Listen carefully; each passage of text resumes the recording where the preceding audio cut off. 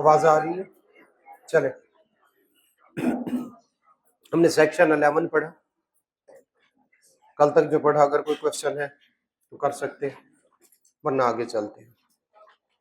अच्छा, सेक्शन 11 का हम 1, 2 और 3 और 4 पढ़ा है। 5 और 6 बाद में पढ़ेंगे। जैसे जैसे पढ़ाते जा रहे हैं वैसे पढ़ते जाए। जरा आइएगा। कुछ इनकम एग्जेम्प्ट होती है।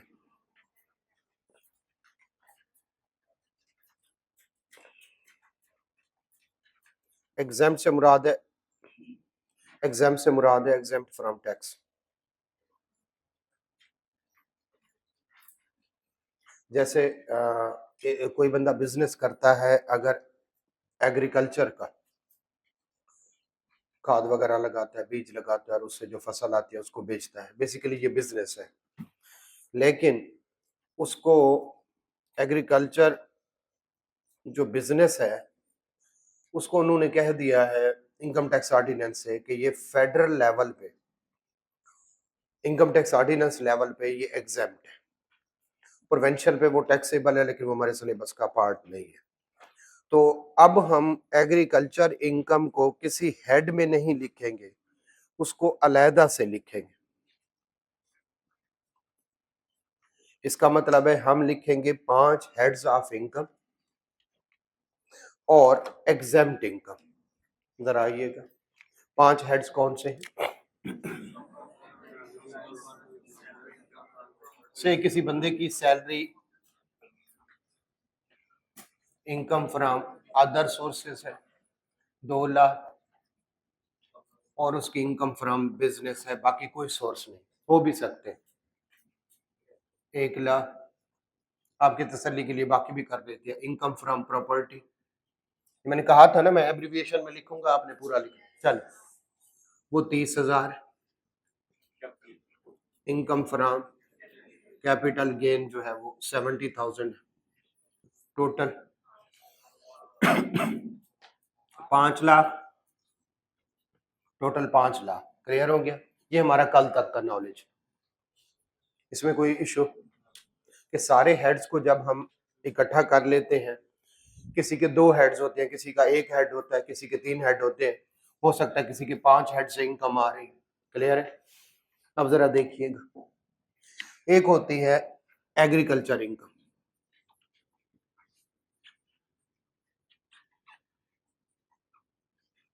अब ये क्या है?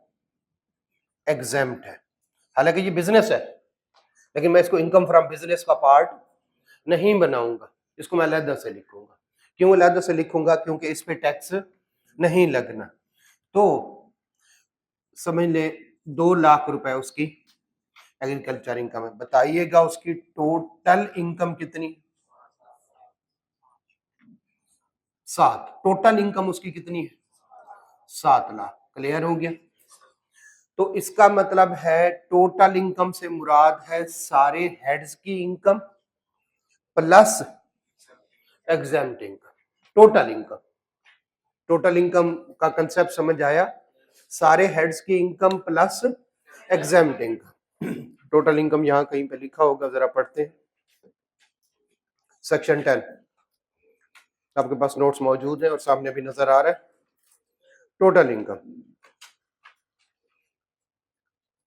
Income is the sum of person's income under all heads income for the year. For the year क्यों कह रहा है?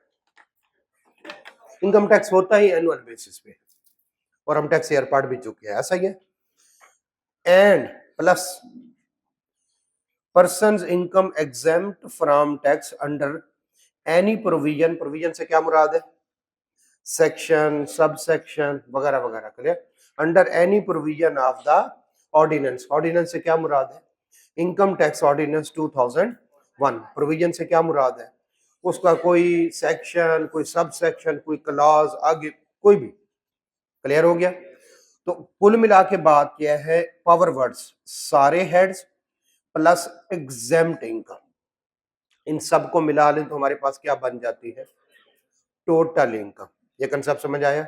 जी, सेक्शन हमारा 10 हो गया। अब इसी कंसेप्ट को थोड़ा सा मैं आगे लेके चलता हूं। डिडक्शन क्या है? किसी खास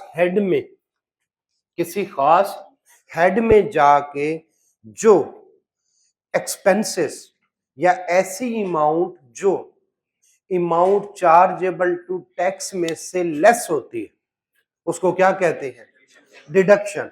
टोटल इनकम में से लेस होती है या किसी खास हेड में? किसी खास हेड में जाके, जैसे इनकम फ्रॉम बिजनेस की डिडक्शन होगी, इनकम फ्रॉम प्रॉपर्टी की डिडक्शन होगी, इनकम फ्रॉम कैपिटल की डिडक्शन होगी। अच्छा, डिडक्शन से इनकम बढ़ती है या कम होती है? कम होती है। क्लियर है? तो मैं डिडक्शन एक दफा फिर से बताने लगा। से सेल्स जो है, सेल्स हमारी है 1,50,000 और हमारे एक्सपेंसेस यानी डिडक्शंस कितनी है? 50,000। तो हमारा प्रॉफिट या इनकम फ्रॉम बिजनेस 1 लाख। ये 1 लाख है जो यहां पे आया। तो किसी भी हेड में इनकम कैसे आती है? उसकी amount chargeable to tax minus deduction. ये क्लियर है? चलिए,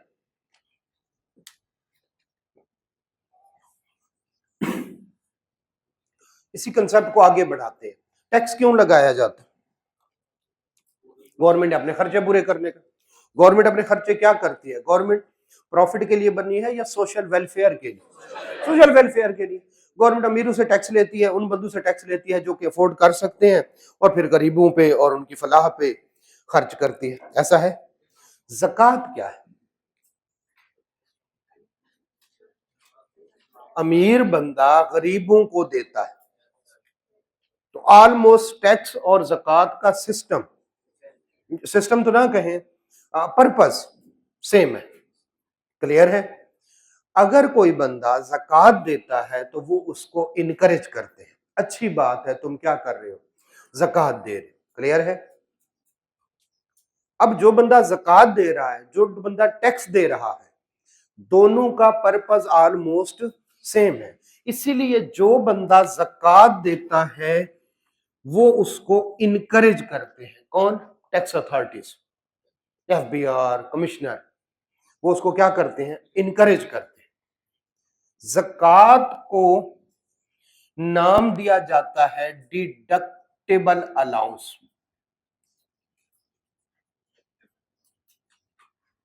ज़कात को क्या नाम दिया जाता है? डिडक्टेबल। जहां पे डिडक्टेबल अलाउंस आ जाएगा वो किसी खास हेड में जाके लेस नहीं होगा, वो टोटल इनकम में से लेस होगा।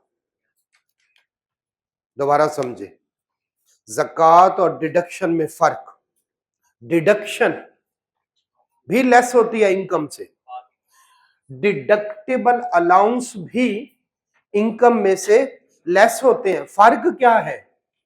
डिडक्शन किसी खास हेड में जाके किसी खास हेड की इनकम में से लेस होगा, और जो ज़कात है वो टोटल इनकम में से लेस होगी। यहां तक क्लियर है? यहां तक क्लियर है? चले, तो इसका मतलब है अगर किसी ने 30,000 रुपए ज़कात दी है,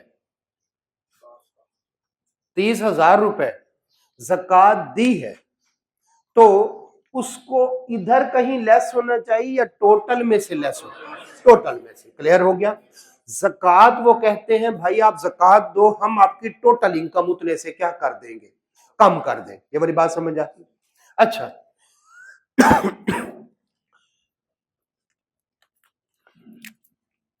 ये 5 हेड्स और ये एग्जाम्प्ट इनकम। मुझे बताइएगा इनमें से टैक्सेबल कौन सी है? 5 हेड, ये टैक्सेबल नहीं। और ज़कात क्या होती है?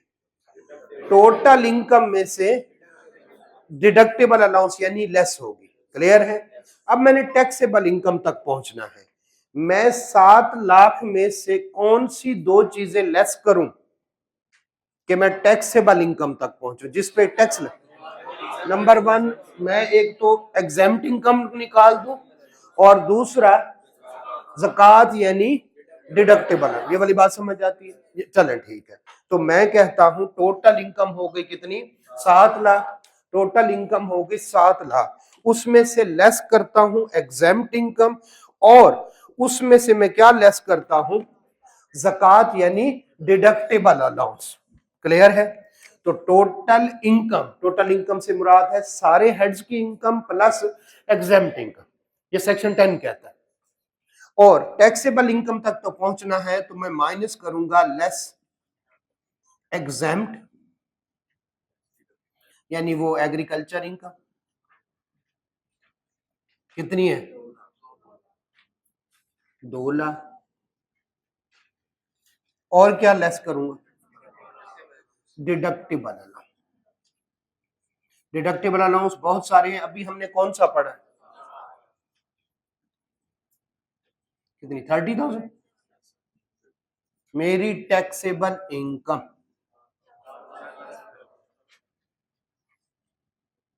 4,70,000। सॉरी लेस, यहां तक क्लियर है? अब मैं ऊपर वाला एक सेक्शन पढ़ने लगा हूं, 2-3 वर्ड्स उसमें से कटा दूंगा, वो बाद में करेंगे।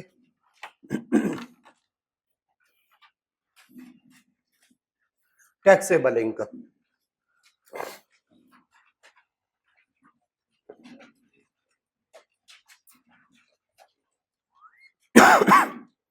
नॉट बिलो जीरो अभी हम नहीं पढ़ रहे,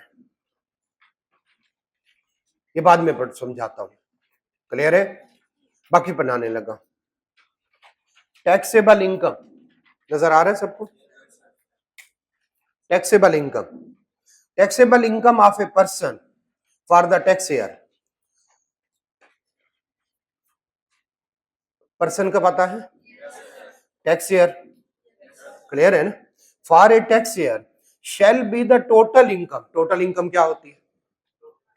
सारे हेड्स की income plus exempt income. Shall be the total income other than exempt income. इसमें से इसका मतलब है हमने क्या निकाल लेनी है?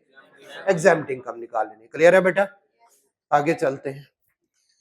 Of person for the tax year, ठीक है समझ आ गई। रिड्यूस्ड, रिड्यूस मतलब कम कर देंगे, by the sum of any deductible allowance, by the sum of any deductible allowance लिखा हो, ये अलाउंसेस ज़कात के अलावा भी होंगे।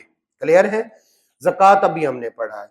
Of the person for the tax year, तो समझ आ गई कि टोटल इनकम में से, नॉट बिलो जीरो हम ये नहीं पढ़ रहे, टोटल इनकम में से एग्जेम्प्ट इनकम निकाल लें और डिडक्टेबल अलाउंसेस निकाल लें, तो हम किस पे पहुंच जाएंगे?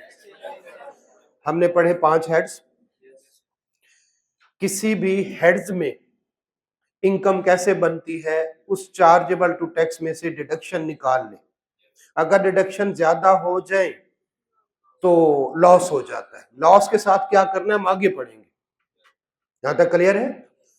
फिर हमने पढ़ा पांचों हेड्स को इकट्ठा कर ले और उसमें ऐड कर ले एग्जेम्प्ट इनकम, तो क्या बन जाती है? Total income.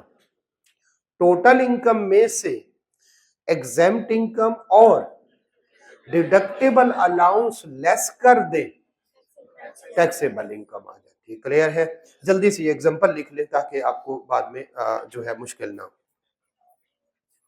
जल्दी से नोट कर ले बेटा।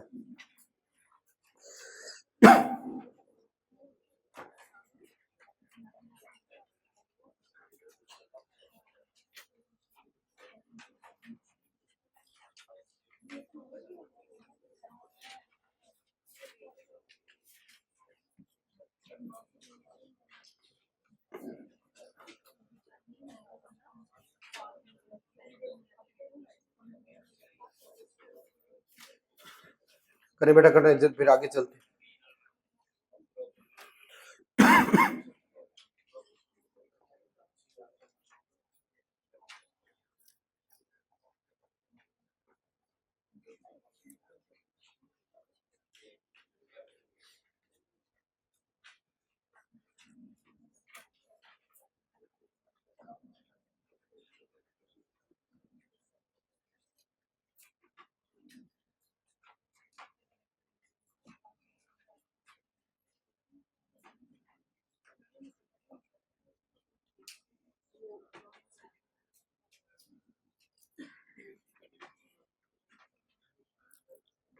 ठीक है बेटा, आगे चले। चल जल्दी जल्दी नोट कर।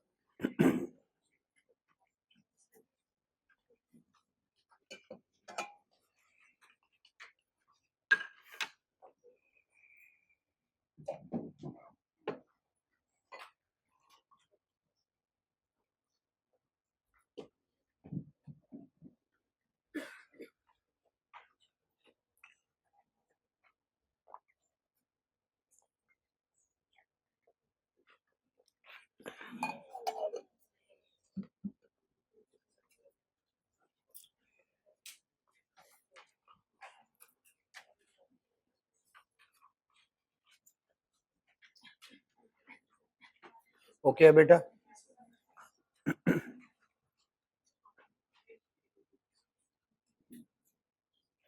और अगर एग्जेम्प्ट इनकम ना हो तो टोटल इनकम तक कैसे पहुंचेंगे? सारे हेड, यानी फिर टोटल इनकम क्या होगी? सारे हेड्स की इनकम, उसमें से क्या लेस कर दे? ज़कात यानी डिडक्टेबल अलाउंस लेस कर दे। और अगर डिडक्टेबल अलाउंस नहीं है, ठीक है, तो एग्जेम्प्ट इनकम लेस कर। सारे हेड्स में से जो है एग्जेम्प्ट टोटल इनकम में से एग्जेम्प्ट इनकम क्या कर दे? जरा पढ़ते हैं क्वेश्चन। जी जी, रोल ये है कि कोई कहता है मेरी टोटल इनकम, हम कहते हैं जनाब 7 लाख, कमा तो रहा है, टैक्सेबल इनकम 5 लाख, इसका मतलब है 2 लाख पे। तो जब हम टोटल करेंगे तो उसमें से क्या करेंगे? उसमें एग्जेम्प्ट इनकम ऐड करेंगे। देखिए इनकम तो है, मैंने कहा यहां से यहां तक मुझे बताएं किस पे टैक्स लगना चाहिए? इन 5 पे, और इन पे नहीं लगे। लेकिन मुझे बताएं उसकी इनकम कितनी है टोटल। तो टोटल इनकम तक तब जब पहुंचना है तो एग्जेम्प्ट इनकम को ऐड कर, ये नहीं हमने ऐड किया और लेस कर लिया। कंसेप्ट समझे, टोटल इनकम से क्या मुराद है? एग्जेम्प्ट इनकम और टैक्सेबल इनकम, सारी इनकम यानी सारे हेड, यानी जितनी भी इनकम, जितने भी कमा रहे। और टैक्सेबल इनकम तक जब पहुंचना है तो टोटल इनकम में से तो एग्जेम्प्ट लेस कर देना है। दूसरा कानून कहता है कि हम आपको डिडक्टेबल अलाउंस भी टोटल इनकम में से आप क्या कर दिया करें? लेस कर दें। क्लियर है? इसी वजह से एक दफा एग्जेम्प्ट इनकम ऐड हुई और एक दफा एग्जेम्प्ट इनकम, रट्टा नहीं लगाना। टोटल इनकम क्या है? 7 लाख। टैक्सेबल क्या है? एक तो एग्जेम्प्ट इनकम, उसमें टैक्स नहीं लगेगा, और दूसरा कानून कहता है हम आपको डिडक्टेबल अलाउंस भी अलाउ करते हैं। लिहाजा ये दो चीजें हमने क्या कर दी? लेस कर दी। तो किस पे पहुंच गए? टैक्सेबल इनकम पे। ठीक है, तो टोटल इनकम और टैक्सेबल इनकम में फर्क समझे जी। और पूछे पूछे, क्वेश्चन करते। Total income, total income other than, यानी एग्जेम्प्ट निकाल के जो बाकी इनकम आएगी उसमें से क्या लेस कर देंगे? डिडक्टेबल अलाउंस तो हमारे पास क्या आ जाएगी? टैक्सेबल। जरा क्वेश्चन करते हैं नवीद अंसारी साहब, डिस्क्लोज द फॉलोइंग। ऐसा है नहीं, वैसे एग्जांपल लिखी हुई है। सैलरी कितनी है? 3,50,000। क्लियर है?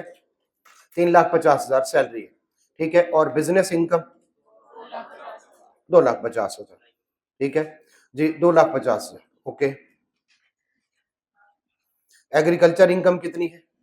2 लाख। ज़कात एंड उशर ऑर्डिनेंस के तहत पे गई है कितनी? 1,70,000। करें जरा क्वेश्चन, उसकी टैक्सेबल इनकम निकाली। जल्दी से टैक्सेबल इनकम निकाली। आंसर नहीं देखना वरना सारी जिंदगी आंसर ही देखते रहो।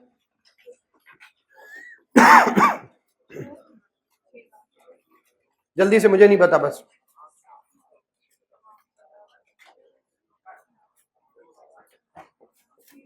पहले तो टोटल इनकम निकाले ना, उसमें सारे हेड्स की इनकम प्लस एग्जेम्प्ट इनकम हो।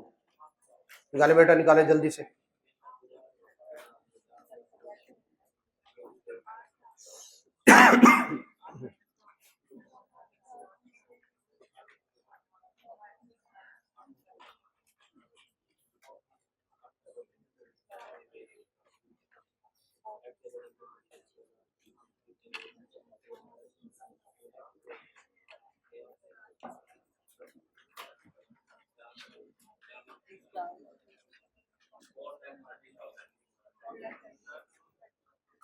किसको समझ नहीं आई बेटा? सारे हेड्स प्लस एग्जाम, फिर उसमें से एग्जाम्प्ट इनकम और डिडक्टेबल अलाउंस लेस कर दे।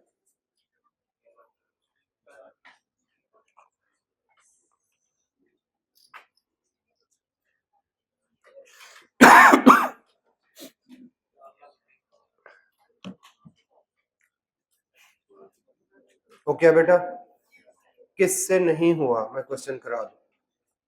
चले, क्लियर है? यानी salary income, business income, exempt income, total income कितनी? 8 लाख। फिर इसमें से लेस करना है एग्जाम्प्ट इनकम और लेस करना है क्या? ज़कात। उसने अलग-अलग लेस कर दिया, आप इकट्ठे भी कर दे तो कोई मसला नहीं। तो 4,30,000 क्या होगी? क्लियर है? ठीक है, चलिए नेक्स्ट कंसेप्ट पे चलते हैं।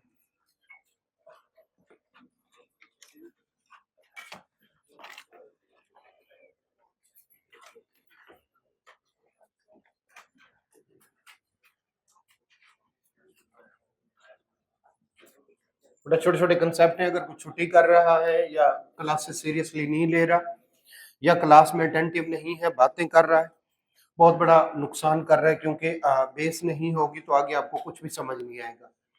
नेक्स्ट टाइम हम सिर्फ डिडक्टेबल अलाउंस करेंगे, कहेंगे, कोई उस पे बारे में डिटेल से बात नहीं होगी। चले जरा देखिएगा, ज़कात।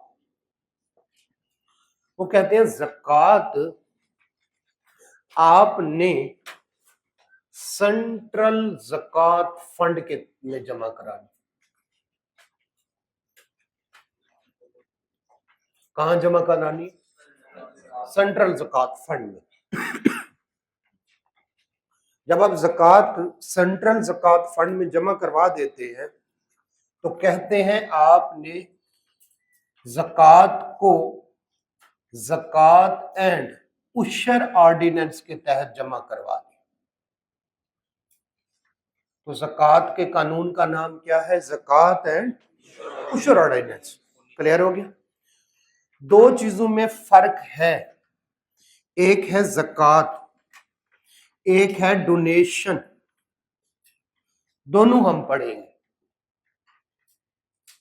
ज़कात डिडक्टेबल अलाउंस है, इसका क्या मतलब?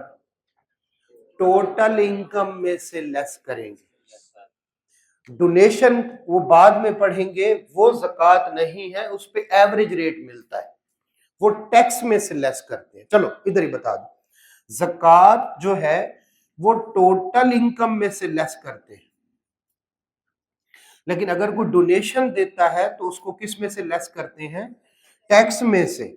ज़कात की वजह से टोटल इनकम कम होती है और डोनेशन पे करें, ठीक है? क्लियर हो गया? तो इसका मतलब है ज़कात होगी तो ज़कात की तरह ट्रीट करेंगे, दोनों को मिक्स नहीं कर देना।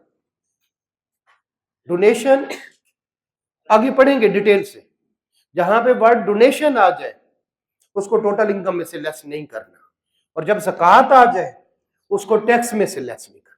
यहां तक क्लियर है? डोनेशन को कैसे टैक्स में से लेस करते हैं आगे पढ़ेंगे। अब बात दोबारा आते हैं, ज़कात आपने किस तरह से पे करनी है? ज़कात एंड उशर ऑर्डिनेंस। इसका मतलब है ज़कात अगर आपने दोस्तों को, गरीब रिश्तेदारों को, मोहल्लेदारों को, किसी को दे दी तो वो डिडक्टेबल अलाउंस नहीं है। फिर आपको ज़कात डिडक्टेबल अलाउंस अलाउड नहीं होगा। दोबारा से, ज़कात अगर पे करनी है तो किस तरह से पे करनी?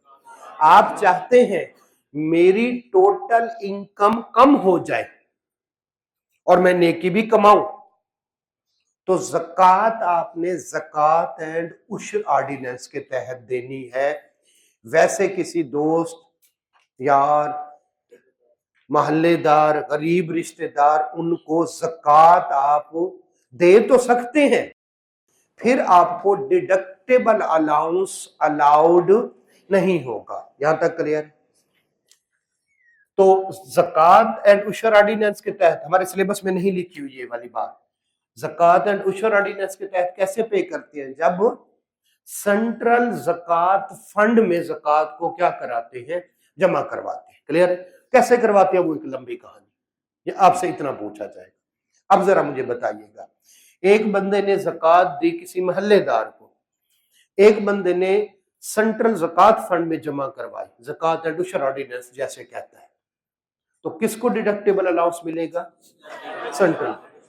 यहां तक क्लियर है? इसको एक स्टेप आगे लेके चलते।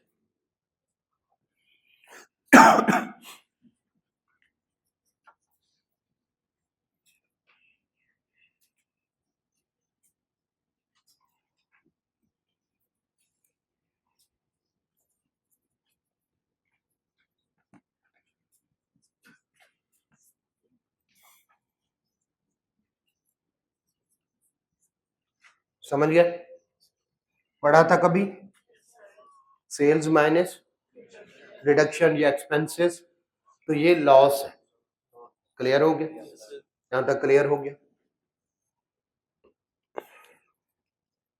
इस लॉस की जो हम बेहतर ट्रीटमेंट पढ़ेंगे वो चैप्टर नंबर, ये हमारे दरमियान डिसाइड हो चुका है, चैप्टर नंबर 11 में पढ़े। क्लियर है? अब जरा देखिए, थोड़ा सा बता देता हूं। वो कहता है भाई आपका, समझ लें ये इनकम फ्रॉम बिजनेस है, थोड़ा सा बता देता, ये क्या है? इनकम फ्रॉम बिजनेस है। आपकी हो सकता है इनकम फ्रॉम अदर सोर्सेस भी हो, नहीं समझ आया? हो सकता है ना, इनकम फ्रॉम बिजनेस में आपका लॉस कितना है? तो हो सकता है आपका इनकम फ्रॉम अदर सोर्सेस में 60 का प्रॉफिट हो। क्या ये पॉसिबल है? यस, ये पॉसिबल है। तो मैं खड़ा हूं 2024 में, समझिएगा गौर से, मेरा लॉस आया है इनकम फ्रॉम, और मेरा प्रॉफिट या गेन है किसमें? इनकम फ्रॉम अदर सोर्सेज में। तो मैं इसको इसके साथ एडजस्ट कर सकता हूं, मेरी नेट इनकम कितनी बच जाएगी? इसको कहते हैं लॉस को एडजस्ट करना। इसको क्या कहते हैं? लॉस। इसका मतलब है जब भी आ जाए लॉस, मैं उसको, अगर कानून इजाजत देता है तो मैं क्या कर सकता हूं? एडजस्ट कर सकता हूं। दूसरा तरीका, मेरी कोई और इनकम है ही नहीं, तो मैं इस लॉस को, मैं उन्हें कहता हूं भाई जब मेरी इनकम, गौर से सुनिएगा एक एक लफ्ज, जब मेरी इनकम होती है तो मुझसे टैक्स लेते हैं, अब मेरा लॉस है तो मुझे कुछ रिफंड करो। बात समझे? जब मेरी पॉजिटिव होती है तो मुझसे टैक्स लेते हो, अब मुझे नुकसान हो रहा है तो मुझे कुछ रिफंड करो। रिफंड और एडजस्ट में फर्क समझे? एडजस्ट है एक हेड में लॉस है और दूसरे हेड में, इनको आपस में एडजस्ट कर लेना। जैसे उसमें 60 का प्रॉफिट था और इसमें 20 का, तो मेरी नेट इनकम बन गई। इसको होते हैं एडजस्ट करना। और रिफंड क्या है? टैक्स वालों से कहना कि भाई जब मेरी इनकम होती है तो मुझसे पैसे लेते हो, और जब मेरा लॉस होगा तो मुझे कुछ ना कुछ। क्लियर हो गया? तो मैं 2024 में दो काम कर सकता हूं लॉस के साथ, या मैं एडजस्ट कर लूं या मैं रिफंड कर लूं। ये वाली बात समझ आती है? तो मैं दो काम कर सकता हूं, हालांकि डिटेल से हम कहां पढ़ेंगे, ज़कात समझाने के लिए पहले आपको ये समझाना पड़ रहा है, इस वजह से। यहां तक क्लियर हो गया जी? आगे चलते हैं थोड़ा सा। ये भी तो हो सकता है मेरा सिर्फ बिजनेस इनकम हो सकता है कि सिर्फ बंदा, और उसमें भी क्या हो रहा है? लॉस हो रहा है। क्या मुझे सारी जिंदगी लॉस होगा? हो सकता है अगले साल मुझे प्रॉफिट हो हो सकता है मुझे अगले साल प्रॉफिट हो। 2025 में आया मैं, 2024 में मुझे क्या था, लॉस था। या मैं एडजस्ट कर लूं या रिफंड कर लूं, या एक और तरीका है, मैं 2025 में गया, मेरी सेल 100 और मेरी जो कॉस्ट ऑफ सेल है वो 60, तो मुझे प्रॉफिट कितने का हुआ, 40 का। मैं कहता हूं भाई मेरा एक लॉस था, मैं एडजस्ट और रिफंड नहीं किया, मैं उसको कैरी फॉरवर्ड ले आया। ये कंसेप्ट आप अकाउंटिंग में पढ़ते रहते हैं। मैं उसको बाकी 20 रुपए पे मैं क्या दे दूंगा, इसको कहते हैं carry forward of loss. Clear है? तो लॉस के साथ मैं 3 तरह की ट्रीटमेंट कर सकता हूं। 2 ट्रीटमेंट इसी साल या किसी के साथ, या मैं इसको कैरी फॉरवर्ड भी कर सकता हूं आने वाले साल में। ये वाली बात समझ आई कि मेरा 20 का लॉस है, मैं उसको संभाल के रख लूं, अगले साल जब मुझे प्रॉफिट हो तो मैं उसमें से लॉस क्या कर लूं, माइनस कर लूं। इसको कहते हैं कैरी फॉरवर्ड ऑफ लॉस। इसको क्या कहते हैं बेटा, कैरी फॉरवर्ड।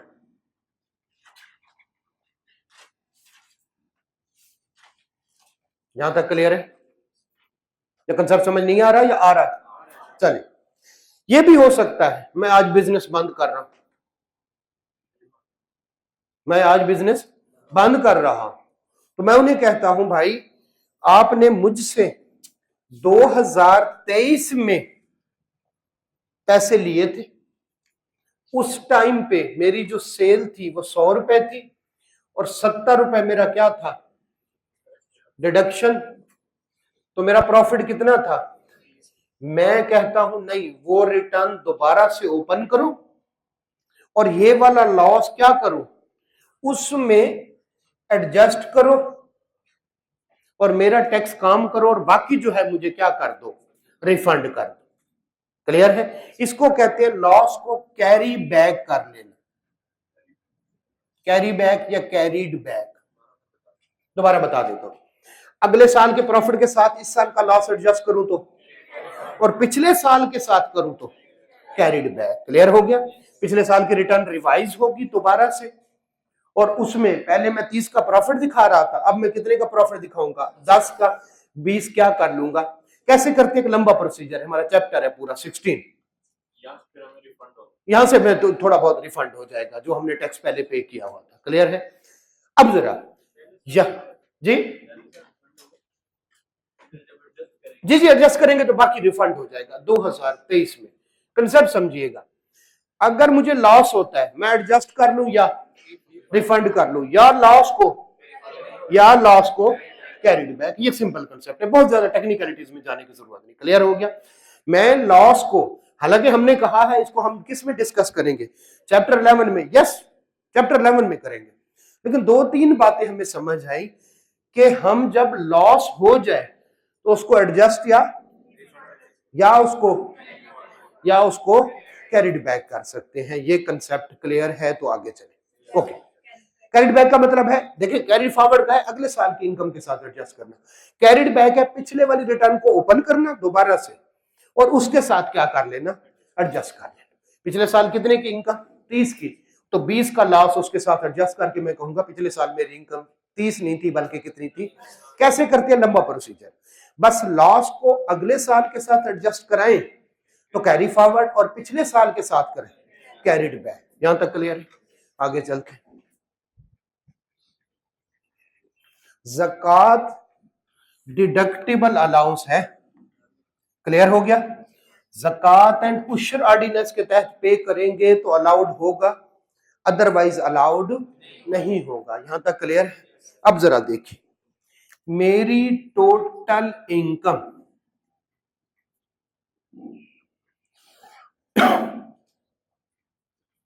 100, टोटल इनकम की बात करो, सेल्स की बात नहीं कर रहा। टोटल इनकम से क्या मुराद है, सारे हेड्स की इनकम, सारे हेड्स की इनकम। क्लियर है? मेरी ज़कात, जो मैंने ज़कात एंड उशर ऑर्डिनेंस के तहत पे की वो है 130। क्या ये पॉसिबल है? पॉसिबल है। ज़कात दी जाती है एसेट्स में से, इनकम होती है करंट ईयर की। हो सकता है इस दफा इनकम कम हो, एसेट ज्यादा हो, गोल्ड पड़ा है, पिछले साल का कैश पड़ा हुआ है, तो यस ये पॉसिबल है कि आपकी टोटल इनकम कम और ज़कात। ये बताएं ज़कात डिडक्शन है या डिडक्टेबल अलाउंस? अब लेकिन टोटल इनकम में से डिडक्टेबल अलाउंस लेस होता है, क्लियर है? तो अब फिगर क्या आएगी? -30। ये बात समझे? जब आए डिडक्शन की वजह से माइनस, उसको क्या करते हैं?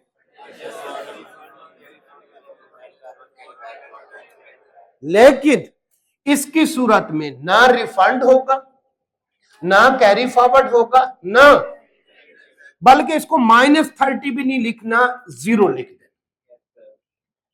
ये 0 से नीचे जा ही नहीं सकती। अब जरा सुने,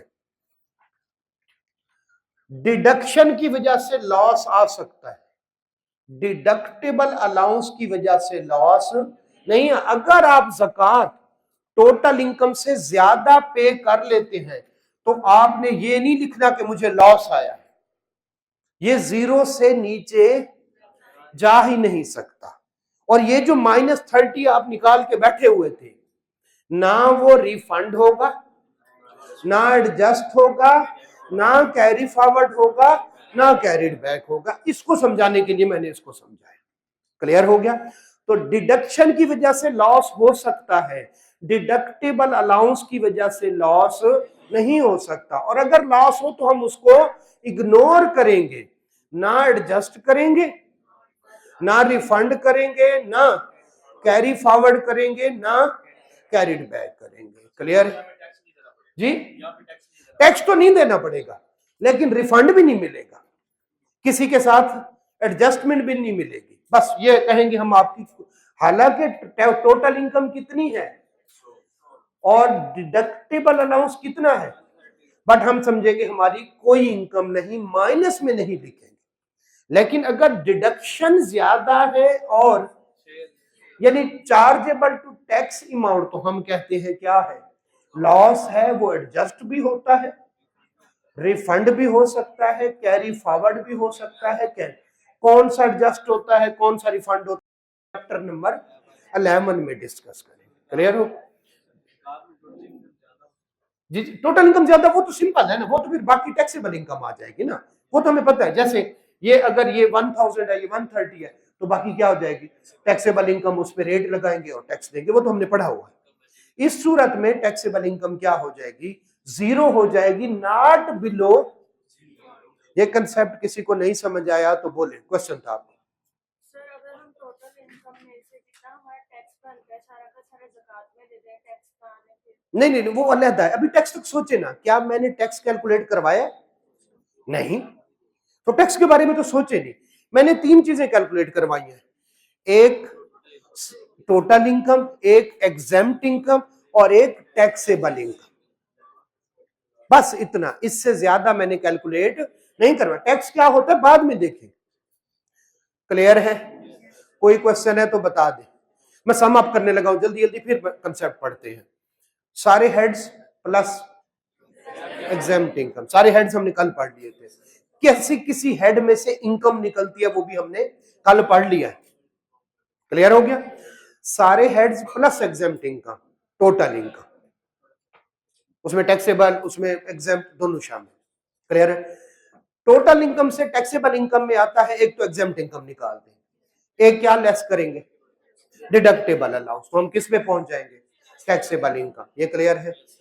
अब आगे चलते हैं। डिडक्टेबल अलाउंस काफी सारे हैं, उनमें से एक हमने पढ़ा है ज़कात। कब अलाउड होगा, जब ज़कात एंड पुशर ऑर्डिनेंस के तहत पे करेंगे, अदरवाइज वो ज़कात अला दोस्त को दे दी, हम ज़कात को इग्नोर कर दें। ज़कात की वजह से टोटल इनकम लेस होती है लेकिन बिलो 0। क्लियर हो गया? और अगर कभी ज़कात ज्यादा पे कर दे और टोटल इनकम कम हो तो एक तो बिलो 0 नहीं हो सकता। इसका क्या मतलब है, वो जो माइनस में आएगी फिगर उसको हम क्या कर देंगे, इग्नोर कर देंगे। ना कैरी फॉरवर्ड करेंगे, ना कैरीड बैक करेंगे, ना एडजस्ट करेंगे। चले पढ़ते।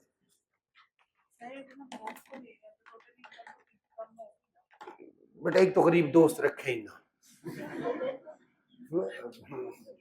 समझ, दोस्त किसी अच्छे को रखे। और दूसरा क्या है, दोस्त को अगर आपने दी तो आपने सेंट्रल ज़कात फंड में जमा नहीं कराई, आपको डिडक्टेबल अलाउंस नहीं मिलेगा। क्लियर?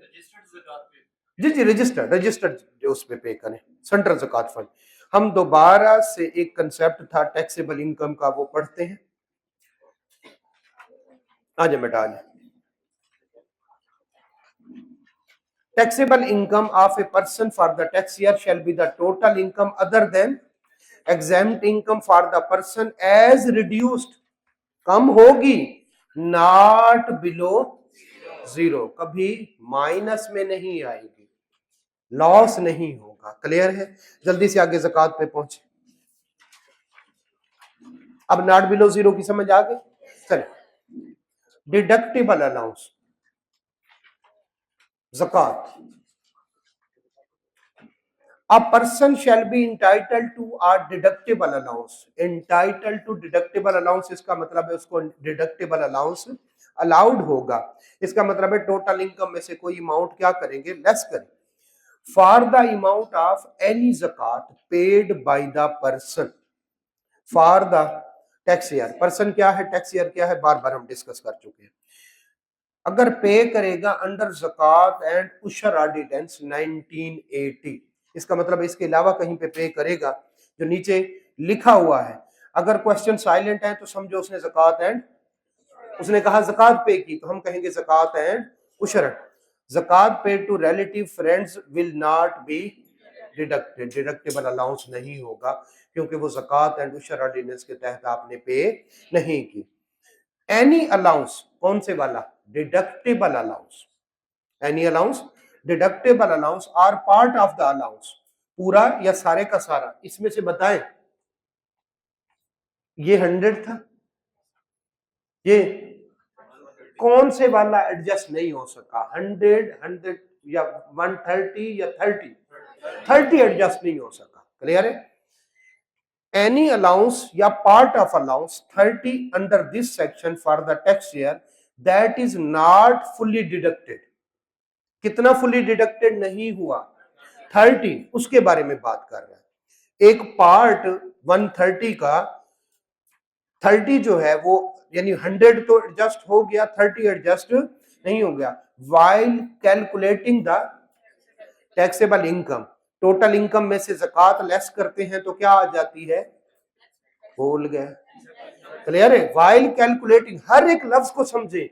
वाइल कैलकुलेटिंग क्या, taxable income, calculating taxable income, total income में से ज़कात लेस करते हुए कोई पार्ट रह गया, टोटल इनकम कितनी, हम किस पे पहुंच रहे हैं, टैक्सेबल इनकम से, तो इसका कुछ पार्ट यानी 30 डिडक्ट नहीं हो सका, उसकी बात कर रहा है। क्लियर है?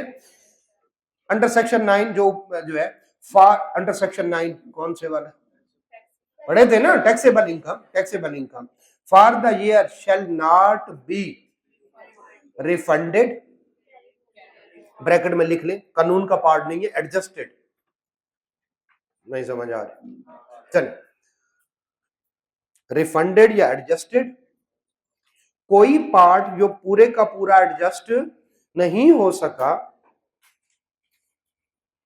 Carried forward to the subsequent year और कैरिड बैक टू अ पिछला साल। क्लियर है बेटा? ओके, आगे चलते।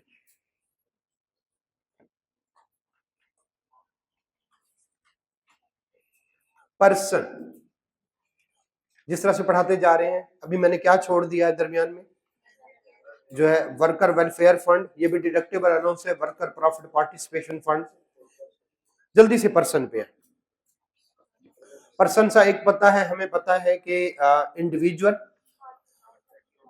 Following shall be treated as person as per या under income tax ordinance 2001। Number 1 individual भी पर्सन है, कंपनी भी क्या है, पर्सन है, और एसोसिएशन ऑफ पर्सन भी पर्सन है। चाहे ये इनकॉर्पोरेटेड हूं, फॉर्म्ड हूं, एस्टेब्लिश, सबका मतलब है बनना, चाहे ये पाकिस्तान में बने या किसी और मुल्क में। तो कंपनी और एसोसिएशन ऑफ पर्सन चाहे पाकिस्तान में बने चाहे किसी बाहर मुल्क के कानून के तहत बने, इनको हम क्या कहेंगे? पर्सन। अगली डेफिनेशन, ठीक है, फेडरल गवर्नमेंट भी पर्सन है। फेडरल गवर्नमेंट भी पर्सन है। गवर्नमेंट तीन तरह की होती है। Number 1 federal government, number 2 provincial government, number 3 local government. दोबारा से, गवर्नमेंट तीन तरह की होती है, फेडरल, प्रोविंशियल, लोकल। किसको पर्सन कह रहा? इसका मतलब है लोकल गवर्नमेंट और प्रोविंशियल गवर्नमेंट को वो डायरेक्ट पर्सन नहीं कह रहा। इसका मतलब उनको क्या कहेगा? आगे कहीं ना कहीं पे मिल जाएंगे हमें। एक गवर्नमेंट मिल गई, दो मिसिंग है, कौन से वाली? चलिए, अच्छा, फेडरल गवर्नमेंट पाकिस्तान की पर्सन है, इंडिया की गवर्नमेंट भी पर्सन है, अमेरिका की गवर्नमेंट पर्सन है। क्लियर है? फेडरल गवर्नमेंट या आगे क्या लिखा हुआ है? Foreign government. क्लियर है? अमेरिका की गवर्नमेंट भी पर्सन है। अच्छा, कुछ गवर्नमेंट्स के ना रियासतें होती हैं, जिस तरह से अमेरिका की है, इंडिया की है, उनको कहते हैं political sub division of a foreign government, वो भी पर्सन है। इसका मतलब है मोदी साहब हमारे साथ आके अगर यहाँ पे कोई कॉन्ट्रैक्ट करें तो फेडरल गवर्नमेंट की तरफ से आएंगे, लेकिन अगर किसी रियासत का वजीर आला आए तो वो भी क्या हो जाएगा? वो भी पर्सन होगा। पाकिस्तान में रियासती निजाम नहीं है, अमेरिका में है, आजाद कश्मीर का अगर आ जाए तो बिल्कुल वो पर्सन है। तो उसको क्या कहते हैं? A political sub division of a foreign government. जरा सुने, फेडरल गवर्नमेंट पर्सन है, लोकल और प्रोविंशियल अभी हमें नहीं पता। फॉरेन गवर्नमेंट पर्सन है। फॉरेन गवर्नमेंट का कोई पॉलिटिकल सब डिवीजन यानी कोई रियासत। क्लियर हो गया? क्लियर है? इसी तरह से जैसे झारखंड है, इंडिया की रियासत, उत्तर प्रदेश है, उसका कोई आए लोग यहाँ पे नुमाइंदा, तो हम क्या कहेंगे? पर्सन है। और आखिर पे IMF, इनको कहते हैं इंटरनेशनल ऑर्गेनाइजेशन, यूनिसेफ, ठीक है, ये वो इदारे हैं, इनको कहते हैं पब्लिक इंटरनेशनल ऑर्गेनाइजेशन। तो ये सारे क्या हैं बेटा? पर्सन है। चले हमने जी पर्सन की डेफिनेशन पढ़, यहीं से स्टार्ट करें।